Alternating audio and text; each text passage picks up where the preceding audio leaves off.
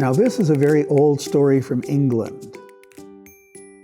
Once, there was a young man who had fallen in love with a young girl, and he went to her home. Her mother and father were preparing a nice dinner, and he was a guest there.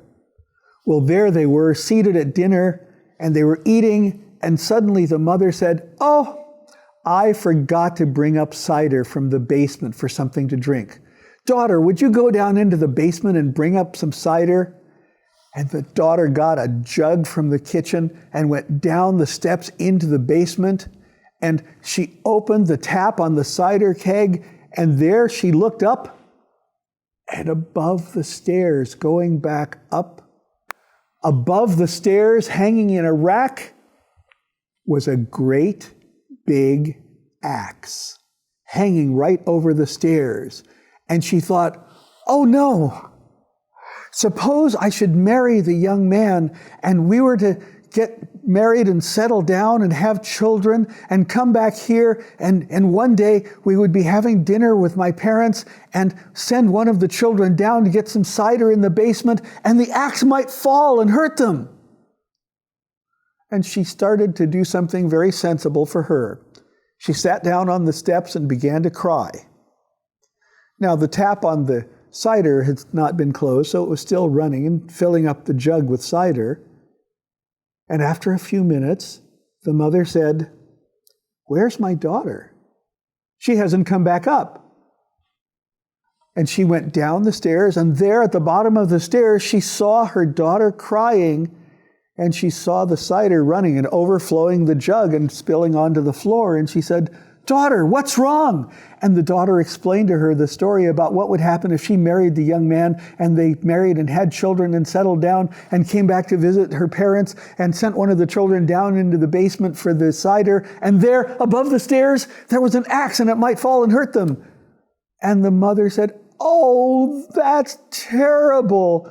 How could such an awful thing happen? Oh no." And she began to cry and cry at the bottom of the stairs herself. Well, after a few minutes, the father began to lose patience and said, "I don't know what's going on down there, but I'd better go get them." So he went down the stairs. And at the bottom of the stairs, he saw his wife pacing back and forth, crying, and his daughter sitting at the bottom of the stairs crying, and an overflowing jug of cider down there with the cider still coming out of the keg.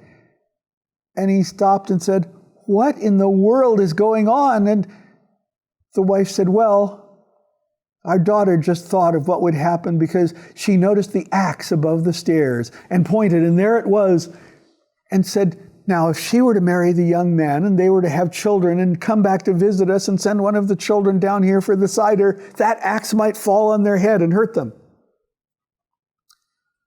The father looked up at that axe and said, "How dare you threaten my grandchildren?" And he began to yell at the axe. And the daughter and the mother were crying, and the father was yelling. Now, the young man was still sitting at the table upstairs wondering what was going on, and he finally heard the father yelling. So he went over to the stairs, down into the basement, and he saw the young woman crying at the bottom of the stairs, and he saw the mother pacing back and forth, and he saw the father yelling at something, and he looked up, and there over the stairway was an axe. And he asked, "What in the world is wrong?" And they all explained to him in their own words what was wrong and how the axe was going to threaten their future happiness. And the young man looked up, and he reached up, and he pulled the axe down from the wall and said, "Here's the axe," and handed it to the father. "You three are the silliest people I have ever met. I'm going to go away, and I won't come back until I find at least 3 people sillier than you are." And he walked back up to the top of the stairs and out the door and walked away. Now, because it was dinner time, he didn't feel like going home, and he walked away from the village, and he walked and he walked and he walked until he came to an inn far out in the countryside. And there at the inn, he stopped and said, "Do you have a room for the night?" And the innkeeper said, "Well, we're mostly full, but there's a merchant who has half of a big room. If you only need a bed, we can put you in there." And the young man said, "That's perfect. I just need someplace to sleep for the night." So they went up and introduced him to the merchant, and the young man went to sleep. But early in the morning, he was awakened by a very funny sound. He heard the sound of feet running across the room and and crash. Well, okay. He tried to go back to sleep, but he heard the sound again. Running feet, crash. Now, if that happens once, you could probably sleep through it. But if it happens twice, you probably want to know why it's happening. And so the young man sat up and he saw the merchant setting up 2 chairs, and hooked to each of the chairs were parts of his belt, and in between the 2 chairs were hanging a pair of pants. And he saw the merchant walk back across the room and run across the room and jump into the air and try and land in the pair of pants. He missed. He tried again. He missed again. The young man said, "Excuse me, but what are you doing?" "What does it look like I'm doing? I'm putting on my pants. You lying there slug-a-bed. You're not going to get ready for breakfast just lying there. It takes time to put on your pants, don't you know?" Well, the young man got out of bed and very reasonably picked up his pants and put his left leg in the left leg of the pants and put his right leg in the right leg of the pants and stood up and fastened his belt. And the merchant watched him in astonishment and said, "How did you do that? Can you teach me to do that? That looks so much simpler than the way I put them on, and faster too. It would save me time every morning." And the young man said, "Pay me whatever you wish and I'll teach you how to do that." Well, the merchant handed him a small bag of coins, and the young man accepted him, and he showed him. He pulled his pants back off and he showed him how to put one leg in and then the other leg in and stand up and fasten his belt. And after only a few tries, the merchant learned how to do the same thing. And the merchant said, "That's wonderful. Oh, you've saved me so much time."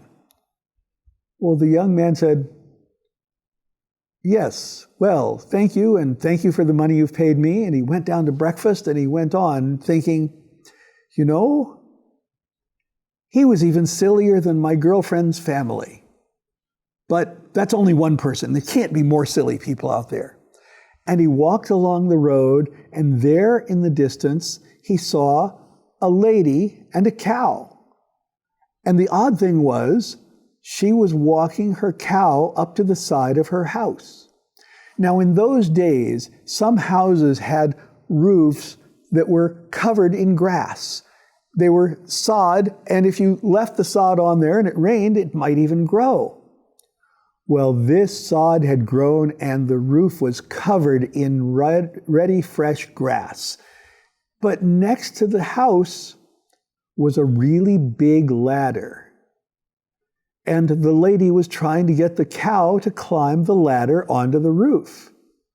Well, the young man stopped and watched, and he said, "Excuse me, but are you trying to get the cow onto the roof of your house?" Yes, that way the cow can graze up there while I'm in cleaning things in the kitchen." Well, wouldn't it be better to cut the grass and throw it down to the cow? Well, then I wouldn't be able to clean in the kitchen now, would I?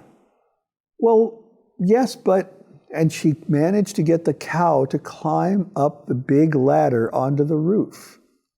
And she tied a rope to the cow's neck and took the other end of the rope and dropped it down the chimney.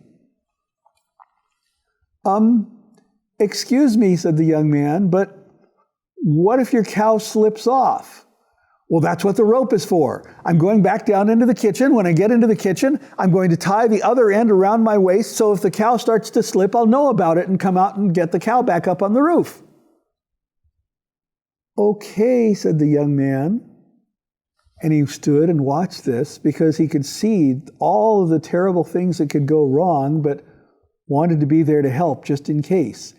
And sure enough, after the lady went back into the house and tied the rope around herself and began cleaning dishes in the kitchen, the cow was up on the roof eating grass and started to slip. And slipped just a little bit, and a little bit more, and a little bit more. And don't you know that as that cow slipped, the lady felt the rope pull at her waist, and she said, "Oh, all right, I'll come and get you." But the cow slipped some more and whoop, pulled her right up into the chimney where she got stuck just as the cow landed on the ground. "Help! Help!" she cried out up the chimney.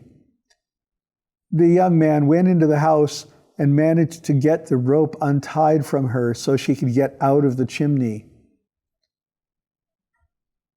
Well, she came back into the kitchen and said, "See, I knew the moment the cow began to slip." The young man didn't say a word. He just walked off down the road thinking, okay, so I found a second person as silly as my girl's family, but there can't be more. But he walked along and it began to get dark again. And as evening came, he heard a bunch of people up ahead and a bunch of splashing, like they were splashing in the water.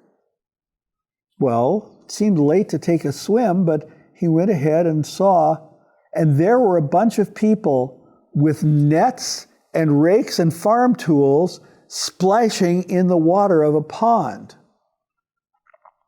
And he walked up to them and said, "Excuse me, but what are you doing?" "Well, can't you see? The moon fell down into the pond and we're trying to rescue it." And there he looked, and sure enough, there was the reflection of the moon in the water, but he looked up in the sky and there was the moon up in the sky, and he said, "But that's just the image of the moon. The moon is up there. Don't distract us. We've got to rescue the moon before it drowns." And there they used their nets and their rakes and their farm tools, and he tried to say, but look up in the sky. It's really still up there. And they said, "You'd better get away from us. We have to rescue the moon." So it was that the young man left, and he thought, all right, the merchant, the woman with the cow, and now a whole village of people, all sillier than my girl's family. And so he walked and walked and walked, and all the way he thought, maybe they aren't so bad after all. And he went back and he married the girl, and they lived happily ever after. That is, after making sure there were no more axes above the staircase. And that was the story of the three sillies.